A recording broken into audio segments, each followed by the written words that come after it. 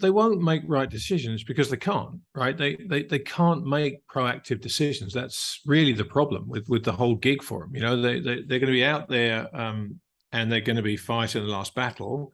They're not going to raise rates when they should because you have to get ahead of things.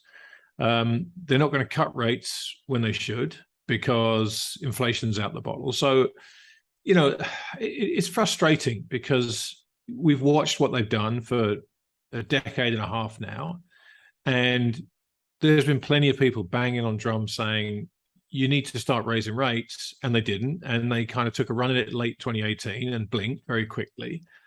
And it's just frustrating because at the end of the day, there's short-term pain that would have been way less problematic than what we're seeing now in terms of the man in the street and the bills he can't afford to pay. So these guys, are charged with maintaining monetary policy. They have their models. They stick to their models. They believe their models. What's the old saying? Who are you going to believe, your own lying eyes or the models? And so they're just in a world of pain right now, but it's pain of their own creation. So they're never going to make the right decisions because they can't, and that's part of the gig, unfortunately.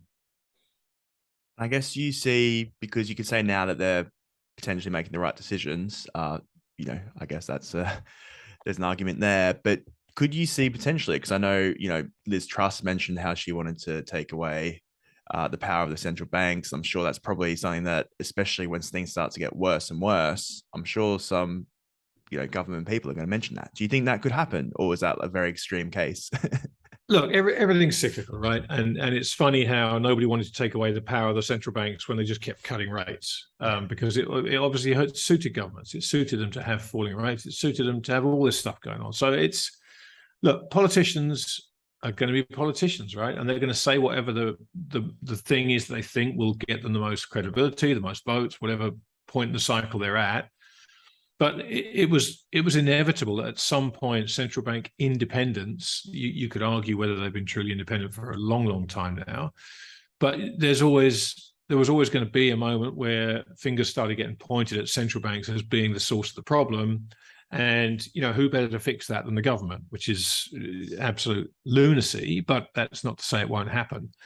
And as I say, of course, now that the central banks are in a position where they can't do politician-friendly policies for the short term, of course, we're starting to see them being questioned. We saw it immediately in Australia a few months ago that the independent review of the central bank was put in place. We're going to see it everywhere. We're going to see it in Europe. We're going to see it in America. We'll see it in the UK.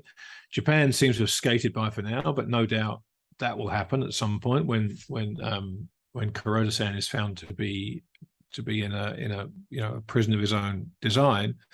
So it's a real shame, but all this stuff is so horribly predictable because you've just got to figure out what central banks and politicians are going to do. And politicians are going to do anything they can to get elected. And once they're elected, they're going to do anything they can to stay elected. That's it, period. And the central bankers are going to do whatever they think is going to give the smoothest ride in the short term. They will never, ever take proactive pain for the economy because it's been proven to be a crazy thing to do. It was Paul Volcker came in and did it ex post and tightened rates after the cat was out the bag. And at the time was absolutely pilloried. His legacy has stood up incredibly well to the test of time. But at the time, he was public enemy number one. And Jay Powell and Janet Yellen before him and Ben Bernanke before him, none of them wanted to be public enemy number one. So they're always going to take the easy way out. It's human nature.